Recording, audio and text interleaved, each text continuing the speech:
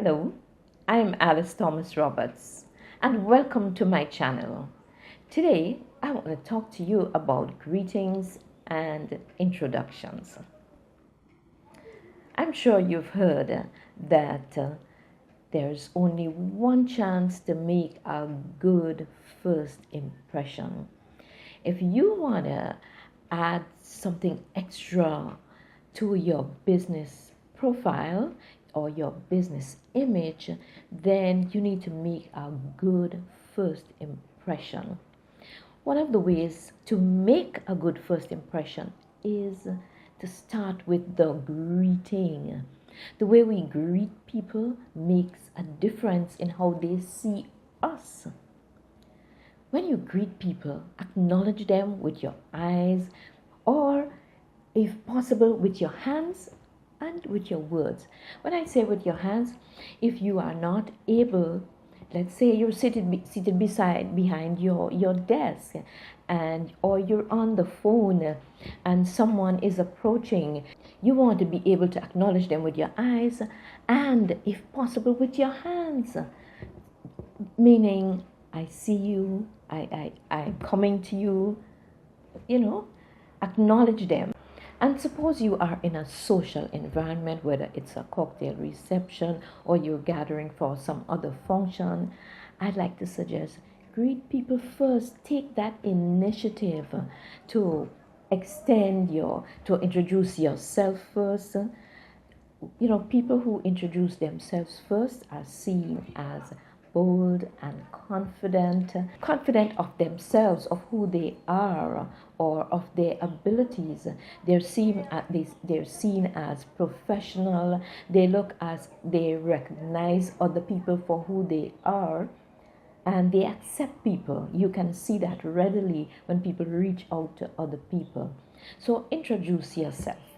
And when you introduce yourself, be sure to introduce yourself by your first name and, if possible, by your first name and your last name. And when you introduce yourself to others, don't give yourself a courtesy title. Don't say, I am Mrs. Roberts. Say, I am Alice Roberts. And suppose you are John Brown. Don't introduce yourself as Mr. Brown. Say, I am John Brown. It is the responsibility of the other person, the person you're introducing yourself to, for them to call you Mr. All right? If I introduce myself to someone, the onus is on them to call me Miss. Good day, Miss Roberts. Nice to meet you, Miss Roberts. When you greet people first, they see you as positive. They see you as meeting them on their level. So greet people first. Of course, there are those who would perhaps greet you first because they have the same guiding principles. That's great when two people who are professional meet and they both reach to one another and they want to introduce themselves to one another. Suppose you are speaking to someone and another person turns up and those two people don't know one another. That's your responsibility to introduce those two persons. Sometimes it's really improper when two people carry on a conversation in the presence of somebody else and none of those two have made an attempt to introduce the other person who doesn't know, the two people who don't know one another. So it is proper that the one person who knows the other person just make an effort to introduce those two persons. The one that is just joining, you will say, well, have you met so-and-so? Have you met Miss Brown? This is Jane Brown. Have you met Jane Brown? And Jane Brown, this is Alice Roberts. And then you say something that would cause them to kind of understand, create a link between them so they both know who is from where. Oh, Miss Brown works at Republic Bank, or Miss Roberts is a trainer facilitator. When you do that, it helps the people to understand a little bit about one another. Or one might say, oh yeah, I've heard about you. So create a link when you introduce people. Now, in our Western world, when we greet, usually it's accompanied by a handshake. You want to make sure that when you shake hands, you give a professional handshake.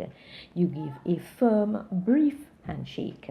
You want to make sure that the web, the fleshy part of your hand, interlocks or touches, interacts with the web of the other person's hand. Don't give a little finger shake. Give a proper handshake where web to web and your fingers touch the back of your thumb touches the back of the other person's hand, their thumb touches the back of your hand, your fingers close, your other fingers close at the bottom of their hand, theirs close at the bottom of yours, and you shake 2 or 3 times, and that's it. And usually when you meet someone, you don't just stick out your hand and start introducing yourself. You need to wait to see if that person wants to shake your hand too. Because sometimes someone could probably just say, oh, hi, and wave. Or they could nod and smile. And so you introduce yourself, the other person introduces them. They respond to introduce themselves, and then they stretch forth their hand. And when they stretch forth their hand, you stretch forth yours. However, if someone introduces themselves to you first and you respond, then you would stretch forth your hand. Okay, so the person who first introduces will wait to see if the other person would want to shake hands. All right, we do a lot of traveling these days. And we meet people at conferences and meetings in different countries, regions, and cultures. And you know, some people don't greet with handshakes as part of their culture. Some may greet with a hug, or they may greet with a kiss or a bow. Well, especially in countries where they greet with a hug, they may very well greet you with a handshake first and foremost. But the hug, especially in European countries, it says, I remember you, I know you, we're now friends. I greet you as a friend. I greet you as someone that I'm meeting again and I'm pleased to meet again. In European countries, yes, there is that hug, and it's coming into our part of the world, in the Caribbean and in the West, in North America, Canada. Now, let me zoom in a little bit on the kiss, which is an air kiss. That greeting kiss is an air kiss, and actually it originated in France. The French air kissed twice, once on one cheek and the second time on the next cheek.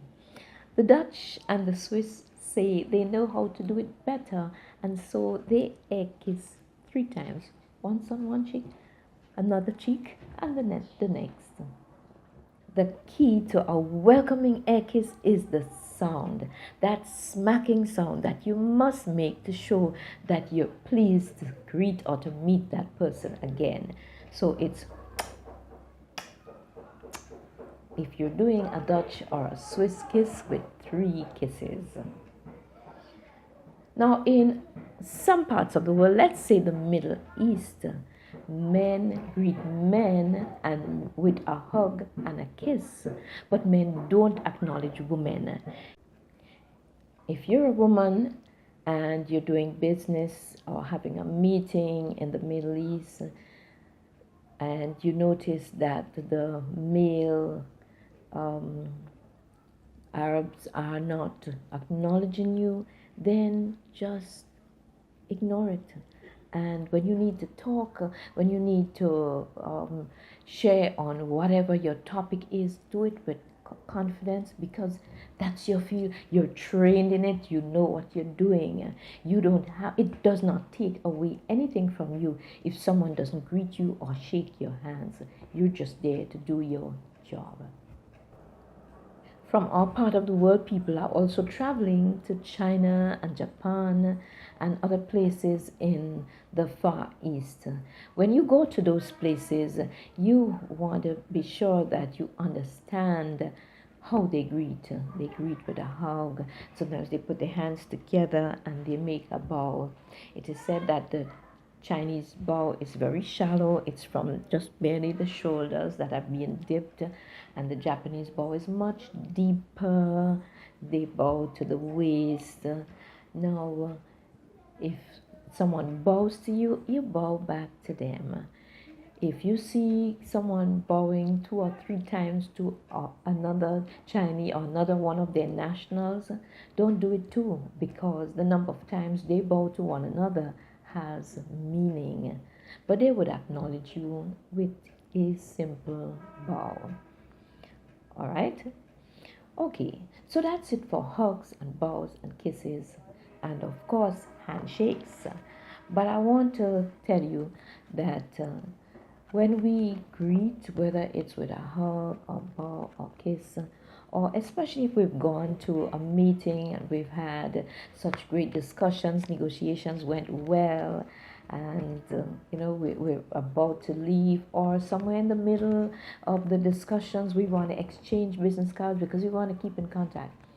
Someone said that they don't really take business cards anymore, but you know what? If someone wants to take a picture of your business card, let them.